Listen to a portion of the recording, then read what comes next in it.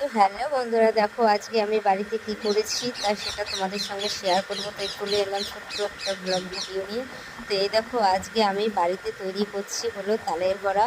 তো তালটা আমি আগেই গুলিয়ে রেখেছিলাম, আর উম, উম, তালটা গুলিয়ে রেখেছিলাম, সেটা আমি ভিডিও করতে পারিনি। আর এই দেখে দেখো ভাজা মানে ভাজা হয়ে যাচ্ছে। আর আজকে মানে তালটা গুলিয়ে রেখেছি, আর এই গুঁড়ো এই মাখাটার ভিতরে কী কী দিয়েছি জানো?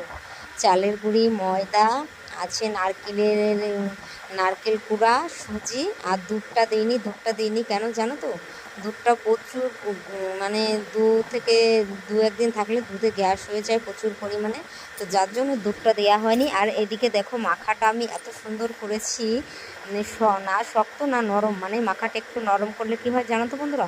পিঠেগুলো বেশ সুন্দর নরম তুলতুলে হয়, আর খেতে খুব সুস্বাদু হয় জানো তো। আর সত্যি বলতে এই দেখো আমি তোমাদের দেখাচ্ছি, পিঠেগুলো দেখো একদম নরম তুলতুলে হয়েছে, আর খেলে মনে হবে যেন একদম অমৃত। বিশ্বাস না হলে এইভাবে তৈরি করে খেয়ে দেখবে, খুব খুব সুন্দর ভালো লাগবে। আর সত্যি বলতে এই দেখো মাখাটা দেখেছো আমার হাতে আমি তুলছি, মানে এতটা সফট হয়েছে, আর দিতে কতটা সুবিধে হচ্ছে।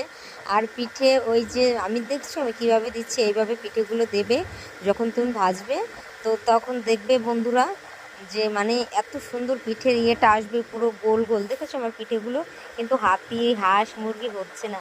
আর আমাদের মা কাকিদের দেখতাম পিঠে করতো, এই তালের বড়াই করতো, তো তখন দেখতাম মানে কলার বড়া, তালের বড়া, তো তখন দেখতাম হাঁস মুরগি। তো যাই হোক বন্ধুরা, ভিডিওটা অনেক বড় হয়ে যাচ্ছে, সবাই ভালো থেকো, টাটা।